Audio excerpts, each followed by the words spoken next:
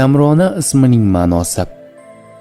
Ushbu Kamrona ismi asosan qiz bolalarga qo'yiladi va bu ism boshqalari bo'lib, quyidagi ma'nolarga ega: baxtli, saodatli, baxtga eltuvchi, toliyi porloq, iqboli baland, kunlari xursandchilik va quvonch bilan o'tuvchi. Shakllari Kamrona xon, Kamrona bonu, Kamrona oy.